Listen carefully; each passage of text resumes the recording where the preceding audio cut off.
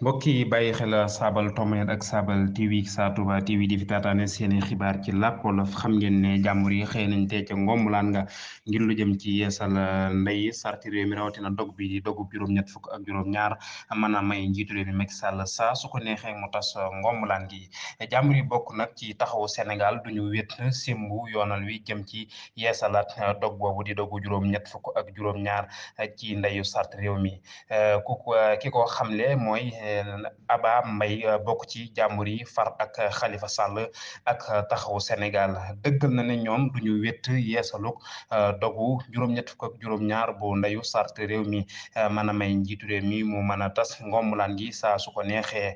ci ay kàddoom mësunoo ànd ci boole ay jongante mësunoo ànd ci tas ngombulaan gi taxaw Sénégal day méngoog ay jëfam gis-gisam ci bokkeef gi te dogal bi nu jël muy nu dàq mbooleem lu jëm ci yeesalaat dogu juróom-ñett fukk ak juróom-ñaar bi niki ñu ko bindee dinañu def sunuy gaaral bees ko nangoo baax na bees ko nanguwul nag nu wét sunu ko ñàkk ànd